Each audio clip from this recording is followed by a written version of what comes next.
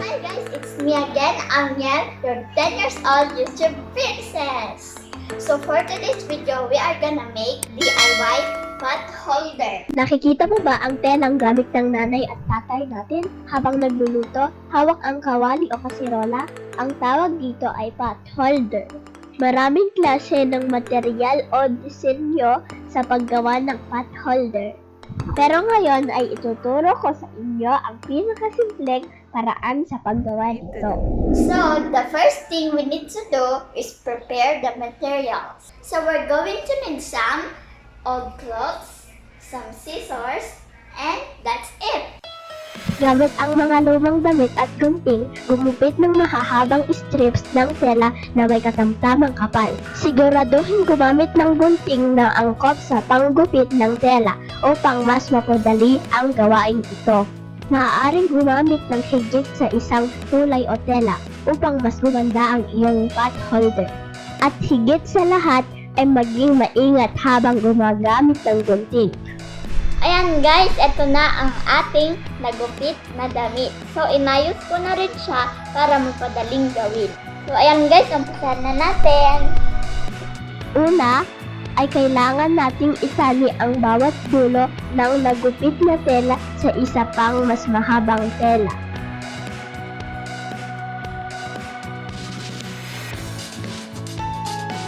Higpitan ang pagkatali nito upang hindi agad makalas.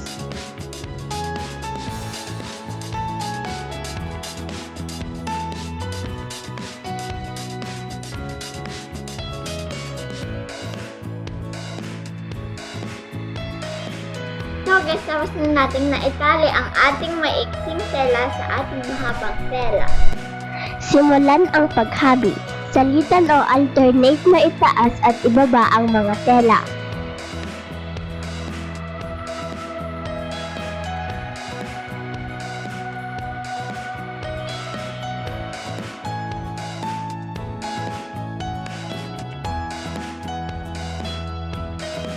Pagkatapos ay ilagay sa pagitan ang mahabang tela.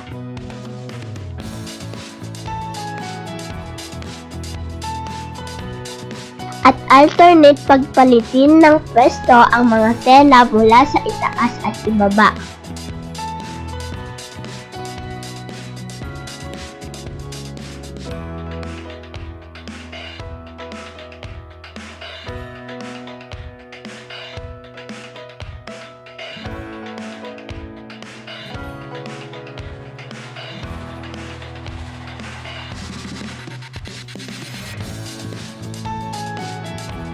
Ulitin lamang ang pattern na ito hanggang sa dulo.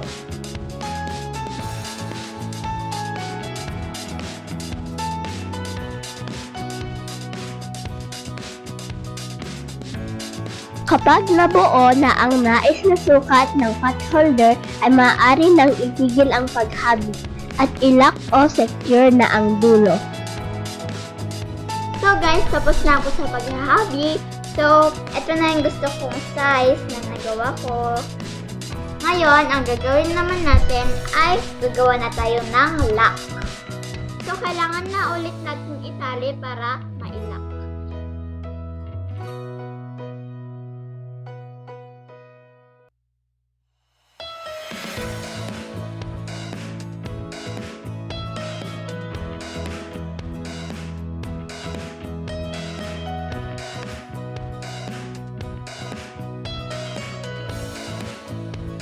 So, ayun guys, tapos na ako sa paglalak.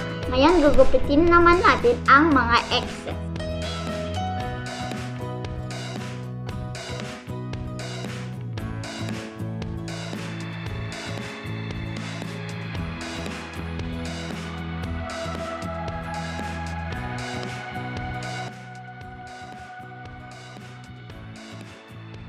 A few moments later. Charan! That was na ang ating final product. So, ayan guys, meron na kaming pot holder. So, eto na guys. Ang ganda, di ba? Ayun guys, sana man natutunan kayo sa videong ito At sana nakagawa rin kayo ng maayos na pot holder. Please subscribe to my YouTube channel and turn on the notification bell to see more videos. Ayun lang guys. Bye-bye. Thank you for watching.